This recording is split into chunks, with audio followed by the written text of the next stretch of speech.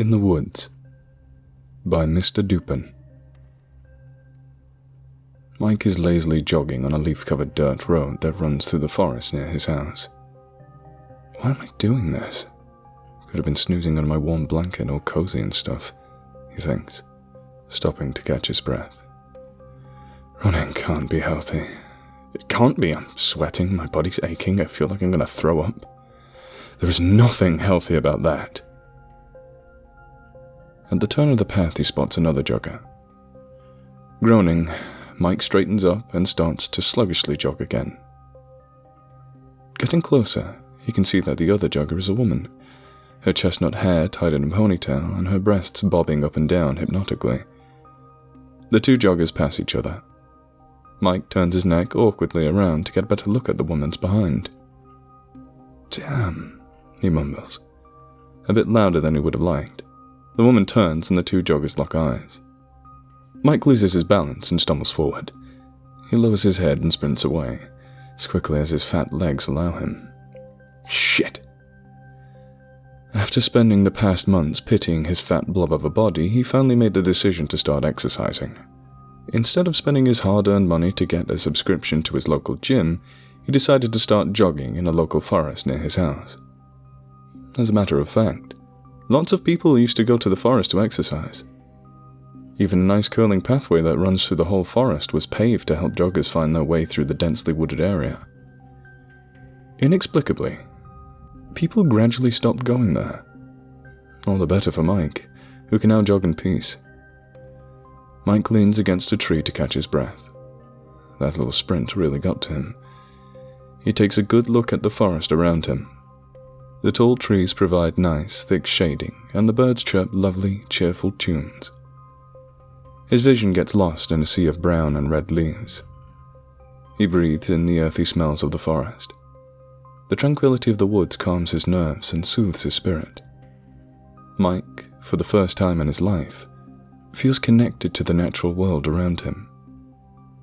His heartbeat synchronizes with the rhythm of the forest, and his breath joins the sounds of nature in the timeless chorus of life. Then, a feeling of unease creeps into Mike's heart, breaking the serenity of the moment. A shiver runs down his spine and the hair on the back of his neck stands up. He finds himself staring deep into the forest. The world around him feels like a dream.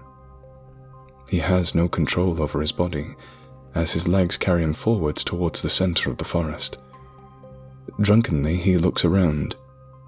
Time seems to have stopped, and an eerie stillness hangs in the air as he walks past the trees and bushes.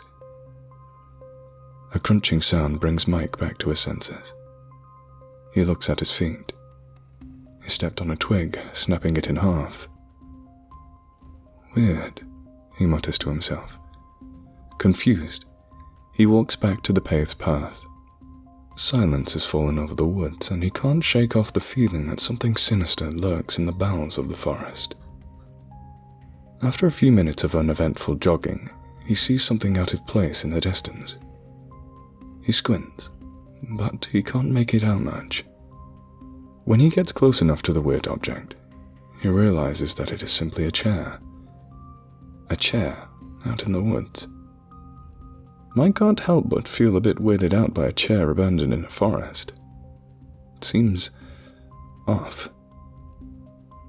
Next morning finds Mike once again jogging across the muddy track. God, my body hurts so badly. The sky is painted a dull grey, with dark clouds hovering ominously low above the ground. The air is chilly and humid, with a slight breeze picking up every once in a while. Mike had to put on a heavy hoodie to fend off the cold. He's been jogging for about half an hour when he reaches the spot where he saw the chair. It's now gone. Only 4 dry patches of grass where the chair's legs previously stood are visible. Someone must have moved it then, Mike thinks as he keeps jogging. A sudden gust of wind blows the leaves on Mike's right and carries them across the path. Following the leaves' trajectory with his eyes, Mike spots a vaguely human-shaped shadow moving in the distance. Distracted, he slips on the damp leaves scattered on the path. When he regains his balance, the shadow is nowhere to be seen. Mike holds his breath and listens. Nothing. Just my overactive imagination, he thinks, and resumes jogging, casting a quick look over his shoulder just to be safe. He's now walking near the center of the forest in a densely wooded area. The trees seem smaller here, covering what little of the sunlight escapes the walls of clouds and casting thick shadows over the damp ground. It is so dark that Mike has to look at his watch to confirm that it's still moving. The forest itself feels asleep. Nothing moves and no sound is made. Only Mike's heavy breathing and the rhythmic sound of his shoes hitting the leaf-covered ground. He looks to his left and right at the scenery, enthralled, and a little unsettled by the unearthly stillness of the forest. Through the wall of trees and branches, Mike spots the sun's rays penetrating the forest's armor and reaching the ground in a beam of blinding light. In a heartbeat, he decides he wants to look at this marvel from up close. So he carefully starts making his way towards the light. Stepping over a fallen log, he scrapes his shin on its rough bark. "Shit!" he mumbles under his breath and carries on. Mike looks up. There is no beam of light. Confused, he quickly steps forward and takes a look around. Where he thought he saw the light, he now sees a small muddy pond. He looks up at the thick mass of foliage and branches. There's no way light can pass through that, he realizes. Maybe my mind's playing tricks on me. His attention shifts back on the murky pond, where foamy bubbles start appearing on its surface. Curious, Mike leans forward, but a putrid smell hits his nostrils and he is immediately forced back.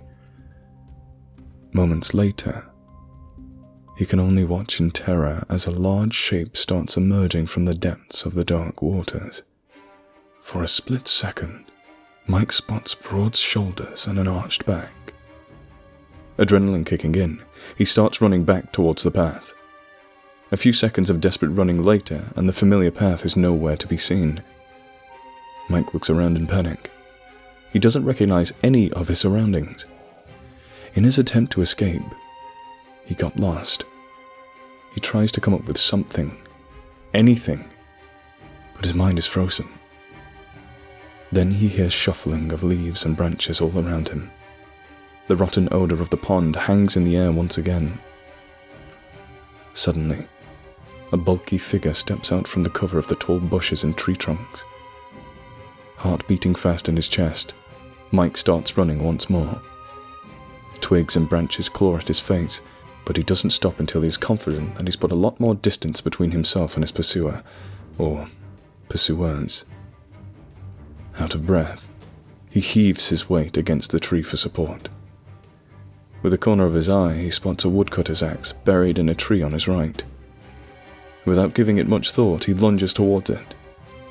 Just as he's extending his hand to grab the axe, he hears heavy footsteps approaching. Mike is petrified.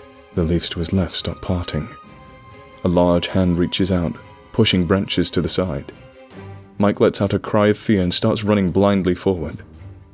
Moments later, he reaches the clearing in the woods. He turns towards the center of the small meadow, eyes peering at him from behind the tree line.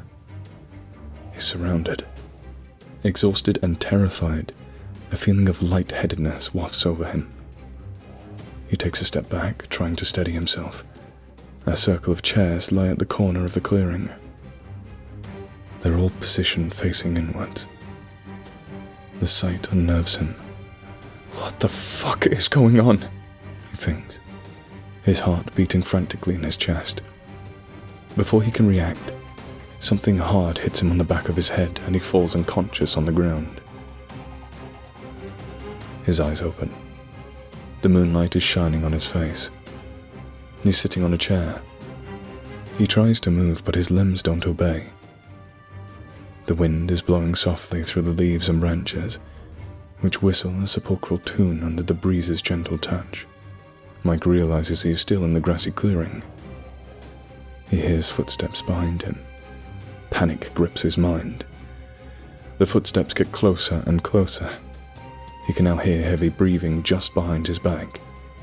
In a frenzy, he looks around, desperately trying to find anything to help his situation. His gaze shifts to the corner of the clearing. The circle of chairs is still there. This time, they are not empty. Sitting on them are men and women in hoodies and sweatpants and athletic gear. Mike, again, can only watch in horror as he realizes their heads have been severed, only to be replaced by small wooden logs. Suddenly, they all start turning their heads towards him, their facial features crudely carved on the hard wood. He tries to scream, but nothing comes out. A decaying odor fills the air. Everything goes silent, like the earth itself is holding its breath. A man with broad shoulders and a wide torso steps in front of Mike. His head is missing. A fungi-infested wound stands bare at the end of his neck, and mud is dripping down his body. His strong arms hold an axe, which he slowly raises above his head. The last sight on Mike's eyes is an axe chopping off his head. And that, kids, is why you should never go jogging. The morbidly obese father advises his somehow even fatter kids before stuffing a burrito into his mouth.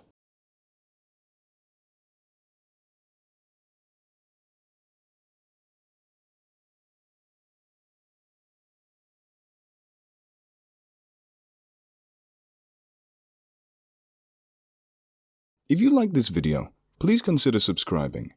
And if you're an animal lover like me, please consider donating to the World Land Trust, a charity that aims to help wildlife through buying land, preventing development, and helping endangered species.